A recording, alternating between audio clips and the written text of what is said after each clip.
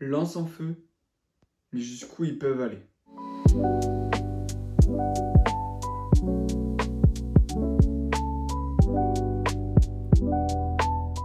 Première partie qu'on va aborder, ça sera la phase avec ballon, de la ressortie de balle jusqu'à la phase de finition. Dans un premier temps, le système de base de Pierre Sage, ça va être un 3-4-3 avec deux milieux alignés dans un premier temps. Et ensuite, on verra au fur et à mesure que ça va être un système hybride, que ce soit avec et sans ballon.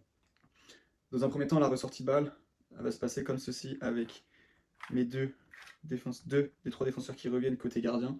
Le troisième qui va pousser ligne et souvent Mathieu Hudol qui revenait comme ceci. Ensuite, particularité, ça va être un des milieux, donc c'était souvent Sankaré qui revenait tout seul en milieu fixateur et Adrien Thomasson qui remontait d'un cran comme ceci avec Florian Thauvin qui descendait d'un cran et Saint-Maximin également comme ceci, assez haut sur le terrain pour permettre de laisser de l'espace et du temps et surtout de créer une supériorité en bas pour permettre ensuite de soit monter le ballon par la conduite ou trouver des relais, des connexions un peu plus haut.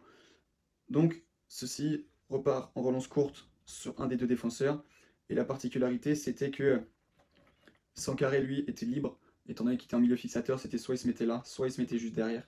Tac, avec les deux, la ligne des attaquants toulousains qui montaient d'un cran, et souvent, ce qui pouvait arriver dans certaines séquences, c'était un des milieux qui venait en supplément, et ensuite un défenseur de la ligne de 3 toulousaine qui pouvait potentiellement rentrer sur la ligne des milieux pour permettre d'être au marquage et d'être comme ceci, ou alors comme ceci, assez proche, avec un milieu qui restait là comme ceci. Voilà, ça arrivait sur certaines séquences. Ensuite, c'était souvent un 5-3-2 proposé ou un 5-2-3 proposé par le bloc toulousain. Donc là, étant donné que nos pistons étaient assez hauts, bah, du coup, les pistons adverses étaient forcément montés assez haut, mais sinon, on était comme ça avec ma ligne de 5 en forme arrondi, mes deux milieux qui étaient comme ceci en 1 pour 1 au milieu de terrain, et ensuite la ligne de 3 qui était juste ici. Mais cela ne dérangeait pas le bloc lensois qui était toujours en supériorité en 6 contre 3. Donc là, c'était soit on trouvait le latéral comme ceci, et après, ou alors Sankaré qui venait ouvrir un angle au milieu pour être touché, soit pour amener l'adversaire à venir au marquage, soit pour remettre là, ok. Et quand souvent ça arrivait, si on le touche et qu'il redonne parce qu'il est dos au jeu, il s'enlevait, et là ça amenait du coup Adrien Thomasson qui était disposé dans l'interligne entre les défenseurs et la ligne des milieux, à venir dans le demi-espace, soit Thomasson, soit Thauvin qui était juste là, à venir et toucher comme ceci, souvent dos au jeu, pour peut-être retrouver soit Sankaré qui revenait face au jeu, potentiellement, ou alors de venir créer des connexions à 3-4 joueurs, là, comme ceci, avec peut-être Saint-Maximin dos au jeu, de par peut-être sa qualité de dribble qui va permettre d'éliminer sur sa prise, ou alors d'attirer en jeu combiné avec très peu de touches de balle, le bloc adverse, pour ensuite soit retrouver Florent Thauvin qui était souvent ici, dans cet espace-là, là, entre les défenseurs et les attaquants, qui était souvent là, ou alors c'était Abdoul, le piston, si Florent Thauvin était vraiment en ligne touche, qui venait ici pour utiliser cet espace-là. Et après, trouver du jeu en profondeur par un des deux joueurs en fonction de leur positionnement. Voilà un peu l'idée de la ressortie de balle du bloc lensois. Ensuite, quand on était un peu plus haut sur le terrain, le bloc toulousain se déformait et devenait souvent un 5-3-2. Donc comme ceci avec la ligne des 3 resserrée, tac, tac, comme ceci, là, là, tac. Du coup un 5-3-2 comme ceci, avec du coup nos défenseurs qui montaient d'un cran, tac, tac. Et là du coup on allait souvent créer du jeu combiné au maximum, que ce soit sur les côtés en créant des supériorités avec très peu de touches de balle comme je l'expliquais dans une partie un peu plus basse ou une partie vraiment médian. Donc là on est vraiment sur du jeu un peu plus combiné avec du dédoublement souvent de Abdou qui venait comme ceci pour être trouvé en profondeur soit pour finir sur un centre. Et c'est de là que vient un des buts lensois, son but de Mathieu Hudol, le troisième, où c'est Abdou qui vient ici, qui gagne sur un contre un, tac, et après Mathieu Hudol qui était vraiment à l'opposé, qui lui est rentré et qui a pris dessus sur Djibril Sidibé et qui avait plus qu'à finir comme ceci. Donc l'importance des pistons sur le système de Pierre Sage est vraiment très intéressant. Et ensuite, on avait aussi forcément Hudson Edouard qui était là, et lui qui était souvent trouvé dos au jeu, vraiment dos au jeu, parce que très fort. Ou alors, comme on a pu voir sur un début de Lensois, où c'est lui qui vient dévier ce ballon sur le but, sur le penalty là, sur la faute sur Florent Thauvin, qui dévie la tête pour des informations qui remet là, et qui ensuite, Florent Thauvin chope le penalty. Donc là, on voit aussi l'importance de chaque joueur lors de ce match, qui est vraiment primordial si on veut que ça fonctionne comme il se doit. Donc ça, c'est vraiment sur la phase avec ballon qui a été très intéressante. Maintenant, ce qu'on peut reprocher forcément, c'est souvent quelques défaillances techniques avec beaucoup de pertes de balles assez inutiles ou qui pouvaient être évités, comme sur le premier but toulousain, avec la ressortie de balle où on vient toucher Baïdou qui était juste là, avec le gardien. Baïdou qui vient là et qui se trompe, qui manque sa connexion avec Malang Sarr, il me semble, qui était juste là, et qui finit par se faire chipper le ballon et permettre le but toulousain, pardon, juste après.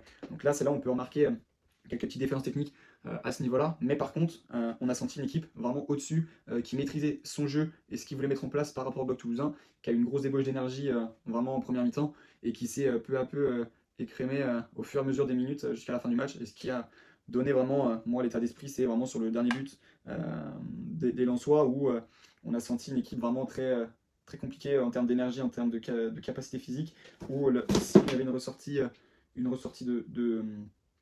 ressortie sur le centre là. Vraiment, il y avait tout le monde qui était là et tout le monde a regardé sur le coup franc. Tout le monde a regardé, il n'y avait plus qu'à donner le ballon sur une passe et à finir.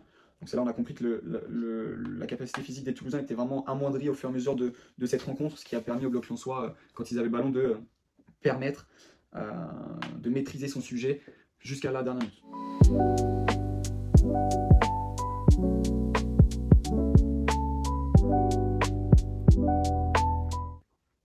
Deuxième partie, phase sans ballon en partant du bloc toulousain avec le gardien et les défenseurs jusqu'à leur zone de finition avec le gardien Lançon.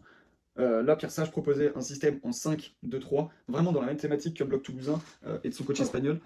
C'était vraiment systématique, 3-4-3 de base, et ça se déformait en 5-2-3 si le ballon était vraiment en bas et qui pouvait permettre d'aller presser. Et plus le ballon montait, plus ça devenait un 5-3-2, soit comme ceci, ou alors c'était un des milieux qui revenait. Souvent, c'était Florian Thauvin qui revenait dans cette ligne-là pour permettre à Hudson-Edouard et Saint-Maximin de presser, enfin d'être la première lame de pressing et d'orienter dans une zone bien précise à la demande du coach. Donc là, on était vraiment sur un 5-2-3 au départ, avec vraiment pour but d'orienter notre bloc toulousain, qui était pareil sur un 4-1-4-1, avec une ligne milieu un peu moins haute que le bloc lensois. Vraiment, on était vraiment dans cette partie-là, là, et ça venait pareil. Là, on était vraiment resserré au départ. Et au moment où le gardien touche un des deux défenseurs, Hudson-Edouard vient fermer avec une course à haute intensité, il vient fermer souvent cette relation avec le gardien. Et là, ça venait que Saint-Maximin rentre sur le milieu numéro 6 qui est là. Et là, forcément, après Florian Thauvin qui vient ici. Et là, ça veut venir créer de la supériorité avec vraiment beaucoup de monde, quitte à laisser ce milieu-là libre. Vraiment Thomasson Sankaré qui était là. Et là, ça voulait vraiment amener beaucoup de supériorité, de la densité côté ballon pour trouver rapidement de quoi récupérer ce ballon. Quitte à vraiment, comme je le dis, laisser ce milieu-là toulousain vraiment ici tout seul. Vraiment, c'était dans l'idée. Ou alors, c'était un des trois défenseurs qui venait et qui sortait.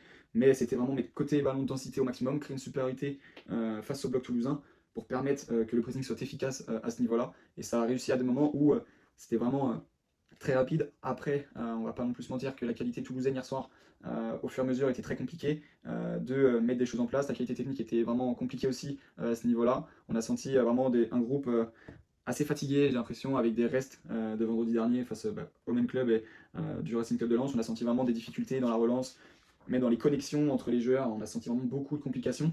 Donc ça a permis au bloc lensois de récupérer souvent les ballons, soit sur des erreurs techniques, ou alors parce que le pressing collectif était efficace. Ensuite, si on descend un tout petit peu plus, comme je le disais tout à l'heure, on était vraiment sur un 5-3-2, comme ceci. Vraiment, si le ballon montait, on était vraiment dans un bloc. Tac, tac. Donc eux, ils étaient un peu dans cette idée-là, toujours pareil. Soit d'un 3, ils étaient vraiment sur un 3-5-2, 3-4-3 souvent. Tac. Et là, ça voulait créer un peu dans ce style-là. Après, c'était vraiment hybride avec Emerson, l'attaquant toulousain qui venait souvent demander pied, etc. Nous, tout ce qu'on va remarquer, c'est vraiment un bloc lensois qui fermait l'intérieur. Ça, c'était primordial pour eux. Vraiment fermer intérieur avec un bloc très compact, des lignes très resserrées pour permettre d'avoir aucun joueur toulousain dans l'interligne, avec un marquage strict et vraiment très serré de chacun, et toujours une orientation quoi qu'il arrive, avec toujours nos deux attaquants qui venaient orienter. Et toujours pareil, dans la même idée, c'était de créer une densité côté ballon pour récupérer assez vite. Et ensuite, au fur et à mesure, le bloc toulousain mettait 2-3 touches, 2-3 passes ici, derrière.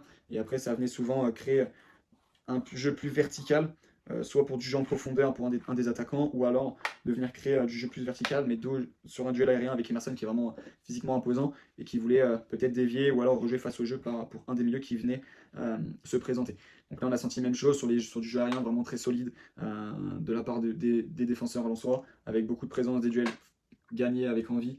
Donc ça, là-dessus, c'est vraiment très important. Nous, tout ce qu'on retient, forcément, c'est le bloc dans la disposition dans laquelle il est mis, où on est vraiment, soit on va presser haut pour aller chercher et récupérer rapidement, ou alors être dans l'attente. En attendant, au fur et à mesure du match, c'était de laisser cette ligne-là de 3 défenseurs créer quelque chose, ou alors créer des équilibres partiellement le bloc lensois. Et à un moment donné, quand ça touchait, soit vraiment côté extérieur, c'était vraiment on déclenche pressing, ou quand c'était touché intérieur, dos au jeu, et qu'on voulait mettre la pression, ou alors sur une erreur technique, vraiment prise de balle qui est ratée ou quoi que ce soit, de venir déclencher le pressing, ou alors forcer le jeu long sur un des attaquants pardon, pour permettre de gagner leur duel un peu plus facilement. Donc là, on retient vraiment ça, un bloc très compact avec des lignes assez resserrées qui permettait vraiment d'avoir un marquage serré et de ne pas avoir de joueurs toulousains qui se promènent dans un des interlignes du bloc lensois.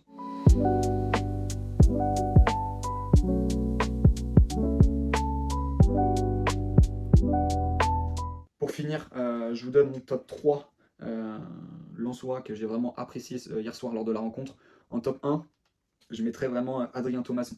Pourquoi Parce que vraiment quelqu'un qu'on ne voit, qu'on regarde pas assez souvent à mon goût et qu'on remarque vraiment que sa présence est remarquable de la part de ses coéquipiers.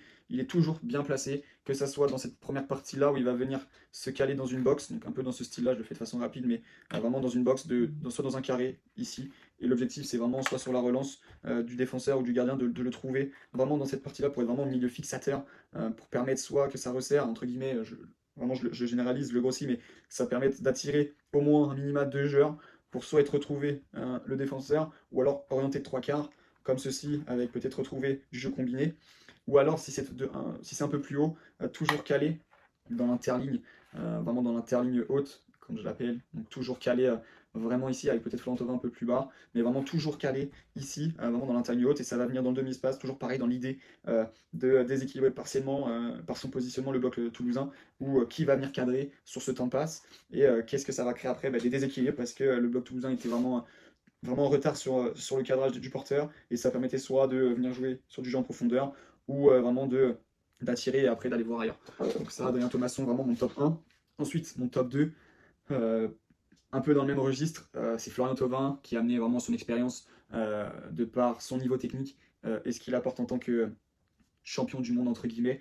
C'est vraiment ce qui nous a permis ce qui leur a permis pardon, de créer des différences de par son positionnement qui est toujours dans le même registre qu'Adrien Thomasson, qui vient dans cette zone-là, là, toujours pareil, dans le demi-espace, ou vraiment entre le couloir extérieur et le couloir central, et qui vient permettre de faire ça, ou alors vraiment qui vient ligne de touche avec Abdoul qui rentre intérieur et qui vient par sa patte gauche là, soit d'être trouvé dos au jeu et qui va venir ensuite trouver une ou deux touches face au jeu, ou alors sur sa prise, vraiment d'éliminer son adversaire direct et après de créer des différences, soit par le dédoublement d'Abdoul qui vient ici pour trouver ensuite un centre, ou alors de trouver à l'intérieur, comme il a pu se passer sur le deuxième but en soi de Saint-Maximin, où il repique axe, il veut repiquer axe, il est un peu dans ce style-là avec Hudson-Edouard qui est là. Là on a nos deux milieux, Saint-Maximin qui va venir rentrer à l'intérieur, comme ceci, il va être trouvé, et là sur son crochet il enchaîne et il prend à contre-pied le portier toulousain. Donc très intéressant, il a su apporter quelque chose vraiment à ce groupe hier soir. Et enfin mon top 3, alors ça c'est un peu joué, mais je vais choisir Ganou, le défenseur central, là, le jeune espoir international. Vraiment, de par la sérénité qu'il dégage avec et sans ballon, on a l'impression qu'il a 28-30 ans, que ça fait vraiment des années qu'il est à ce niveau-là. On a senti quelqu'un à la relance vraiment très intéressant, qui est serein, qui sait ce qu'il fait, qui trouve toujours les bons angles de passe, que ce soit celle-ci, que ce soit celle-ci, que ce soit vraiment celle-ci pour casser la ligne des attaquants toulousains. On a senti vraiment quelqu'un qui avait envie de bien faire, et avec sans ballon, pardon, qui montre sa présence physique, qui veut gagner ses duels, qui a envie de récupérer le ballon. Et ça, pour moi, c'est vraiment très très important, et c'est pour ça que je le mets dans le top 3. J'aurais pu mettre aussi Abdoul, qui forcément a fait son match, mais j'ai envie de vous dire, comme tout le monde dans le groupe lensois hier soir, tout le monde a fait son match, tout le monde a été à un niveau vraiment très élevé par rapport au bloc toulousain, ce qui a permis forcément d'avoir des réflexions sur mon top 3. Mais vraiment, on va mettre en avant Ganou qui a vraiment fait un match très solide derrière, que ce soit avec et sans ballon.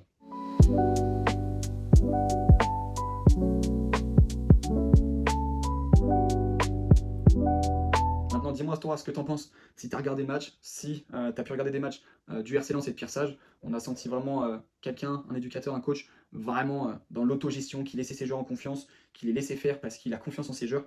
Et ça, c'est très très important. Par exemple, en comparaison au coach espagnol de Toulouse, qui était toujours là pour dire quoi faire à ses joueurs, qui va tirer, qui va faire ceci, etc. Moi, j'ai senti un coach vraiment très très présent, de par son attitude qu'il a dégagée sur le terrain et qui a permis d'imposer son jeu et son modèle au fur et à mesure de la rencontre et qui a laissé dans l'autogestion son groupe. Donc ça, très intéressant. Dis-moi ce que tu en penses en commentaire. Dis-moi ce que tu en penses de savoir si Toulouse, si pardon, le RC Lens peut aller loin jusqu'à cette fin de saison. Est-ce qu'ils peuvent aller chercher la Coupe de France ou non? Moi, de mon avis, vraiment, ils ont les capacités largement d'aller chercher cette Coupe de France qui mérite tant depuis des années, de par leur niveau et de par la grandeur qu'ils prennent au fur et à mesure des saisons. Donc là, il faut vraiment mettre en avant ce club-là qui va normalement, et je l'espère, gagner cette Coupe de France et continuer de titiller le Paris Saint-Germain au fur et à mesure des saisons, mais déjà sur le court terme, jusqu'à la fin de saison. J'espère qu'ils vont continuer de garder cette intensité-là, même l'augmenter au plus possible pour garder les chances qu'ils ont de potentiellement aller remporter ce championnat de France. Donc, à voir ce que ça donne. On se rejoint en commentaire pour en discuter si vous avez des choses à raconter sur les principes de Pierre Sage ou quoi que ce soit. Sur ces belles paroles, je vous laisse et je vous dis à plus tard. Ciao!